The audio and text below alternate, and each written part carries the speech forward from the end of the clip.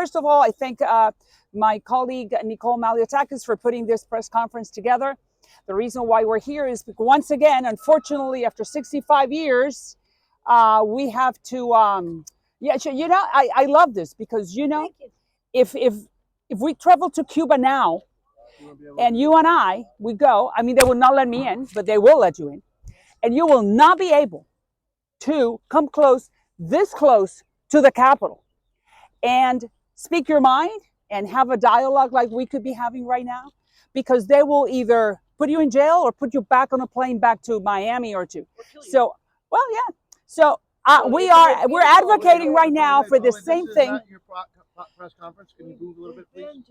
Can you all move, please? But all I'm saying is that I wish the average Cuban could have the same privilege that you're having right now. Well, thank you for giving us the privilege to be here.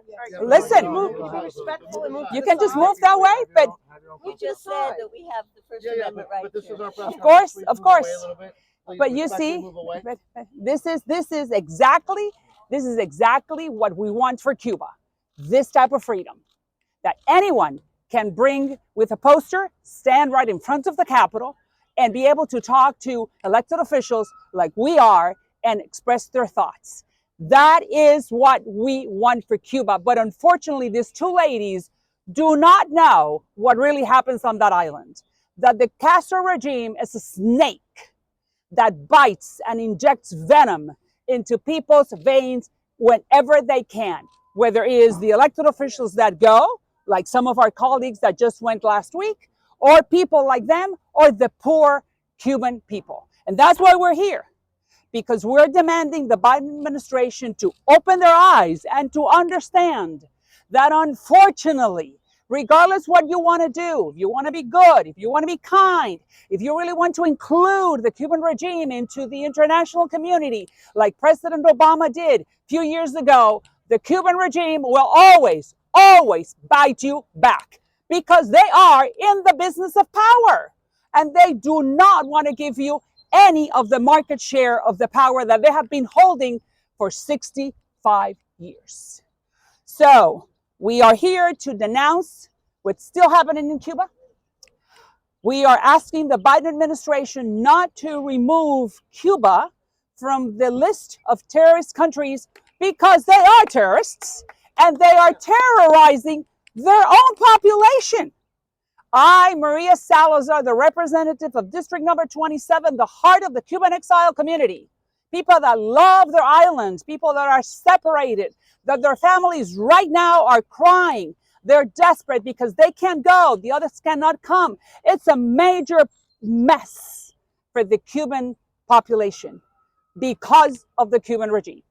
So number one, we're asking the Biden administration not to remove Cuba from the list of terrorist countries, because that's what they are. And if they were to do so, all they're going to do is give them oxygen, economic oxygen, to the Castro regime. And number two, send a message to our colleagues here in the Capitol, people who are elected officials who just went to Cuba, and to make them understand. You can come on the other side. No, of course, but not among us. But you can go next to her. You can go next to her. You can go next to her. Yes, of course. We don't do like the Cubans do. You can be right over there. But let me tell you, you're Colombia, right? Yes. Good. Let me tell you something. If you were to go, si tú vas a Cuba ahora y haces eso mismo que estás haciendo delante de una conferencia de prensa que haga Díaz-Canel, lo primero que van a hacer es meterte en una cosa que se llama Villa Marista. Y ahí te van a interrogar y te van a decir quién te mandó. Seguramente te mandó el imperialismo, seguramente te mandó o Mario, o te mandó María, o te mandó Carlos. Lo que pasa es que esta belleza que tú estás haciendo aquí y que nosotros te estamos respetando, no se puede hacer en Cuba. Entonces yo estoy segura que tú estás de acuerdo, ¿verdad? Que esto mismo que tú estás haciendo aquí, el cubano promedio lo necesita y lo merece. ¿Estás de acuerdo? El cubano promedio que vive en Cuba necesita y merece lo que tú estás haciendo aquí en los Estados Unidos. ¿Sí o no? Necesita y merece que No, I'm asking you. No. All right, so, so we have to go, so otherwise I would continue the dialogue. bottom line,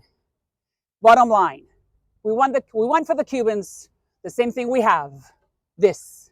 We want freedom, we want liberty, and we want human rights. We want free market economy. And we just don't have it.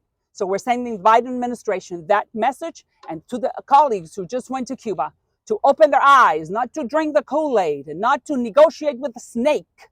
Because once again, I say, the Cuban regime is a snake that will bite you every time you come close and inject venom into your veins to kill you, because they want to preserve the business of power.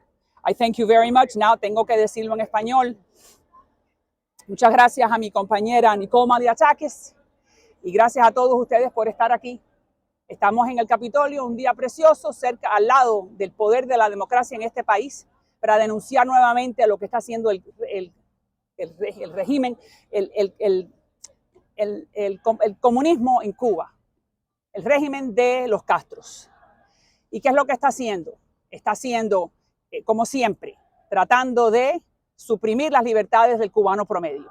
Y estamos aquí para pedir dos cosas: que no quiten a Cuba de la lista de países terroristas y que nuestros compañeros que acaban de venir de la isla, compañeros que son elected officials, que también son congresistas, que fueron a reunirse con Díaz-Canel, que entiendan que se están tomando el Kool-Aid, que no piensen que los cubanos verdaderamente tienen buenas intenciones, que el régimen castrista lo único que es una serpiente, que lo único que quiere hacer es morderte y meterte en las venas veneno para que te mueras mientras que ellos se mantienen en el poder, porque ese es el único negocio en el que están, en el del poder, no para darle al resto de la población cubana ningún tipo de beneficios.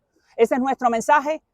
Hablamos después si ustedes quieren y le voy a dar la oportunidad ahora a Nicole Maliachaques o a Mario. Thank you. Gracias.